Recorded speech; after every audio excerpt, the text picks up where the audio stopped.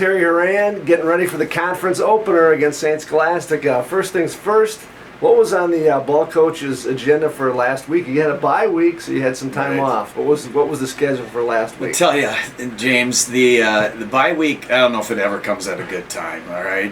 I told the team in our meeting on Tuesday that it feels like we've been gone a month, but actually, if it did come at a good time, which I was able to kind of be at the Bucky Burgow celebration of the baseball complex. So that's what I pretty much did on Saturday. Watched the baseball team scrimmage a little bit and watched a lot of football and kind of hung with the family too. And that's always good because they usually take a back seat during this time of the year. So.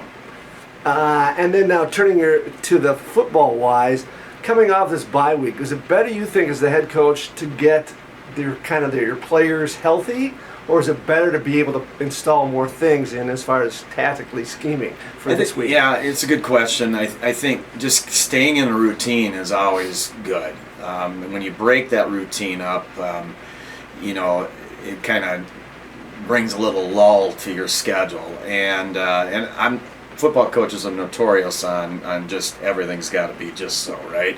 And that's kind of how I tick. But it did come at a good time. I mean, it broke up our non-conference schedule with our MIAC schedule, because obviously that's the most important part of your entire season is the MIAC race, and we're excited to head up to Duluth to uncharted waters, to a team we've never played before, and really don't know a ton on them other than watching their games from this year, and so it's going to be an exciting trip, and it's the opener, and it doesn't get any better than that. Now, have you had to spend a little extra time preparing, because it is this place that you've never been, just getting the logistics down, hotel-wise, eating-wise? Yeah, and I set up all the hotels, I set up all the meals, and I like to know where I'm going, all that stuff, and they've done a great job. Scholastica has done a nice job of getting me the information of what I really need, but not ever being at this field or playing at this field. It kind of just it gives me those little ticks, if you will. But and actually in Duluth it's extremely expensive, so we're actually going to spend the night in Grand Rapids and then drive the hour and a half in the morning of.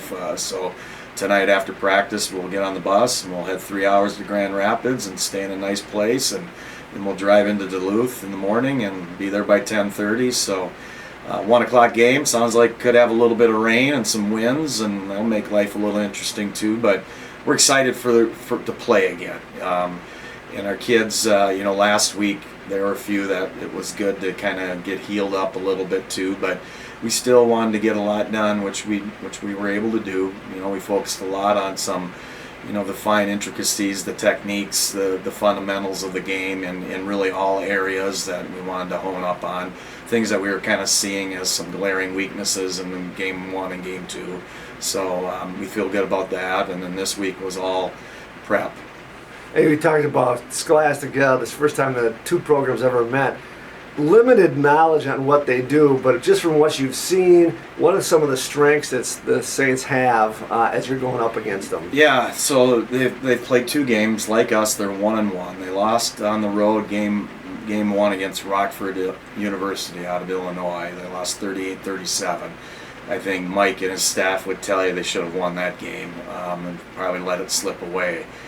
They could easily be 2-0. They won the second week, which was last weekend. They beat Crown College up in Duluth, so they won that 38-18. I guess what I've seen from them offensively, they're putting up over 500 yards on average, so they're moving the football. They got a nice quarterback. He slings it really well from the left side. Looks like a junior college transfer. Played at Iowa Central, but he's from Woodbury, I believe. So they got a really good couple really good receivers, a good running game. Defensively, they work hard. They drop back quite a bit to kind of keep people in front of you. So, we're going to have to just take what they give us, from our offensive side of things. And special teams, they work extremely hard with that. They got a good kicker. He's got a decent leg.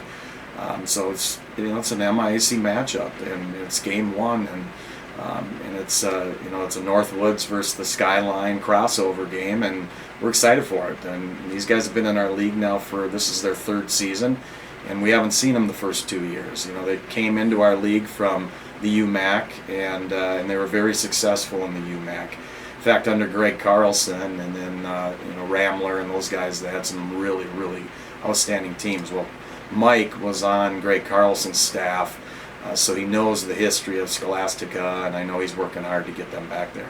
Finally, before we go, one of the key points, like you said, Scholastica will throw the ball, is going to be your front three on the defensive line. Especially talk about Collin Thompson, who sometimes doesn't. He's kind of the unsung hero that does a great job. He's among the national leaders for tackles for loss. What does he bring to that front three? He's he's a student of the game, relentless work ethic. He's in the office watching film all the time. Him and Derek Bakken have a really good relationship. He knows what Derek wants. And Collin, he is the unsung hero, and here he is, one of the, for tackles for loss, probably one of the, in all divisions, one of the tops in the country. But relentless work ethic, and he leads by example. Can't ask for a better player. All right, good luck on Saturday in Duluth. I appreciate you. Thanks.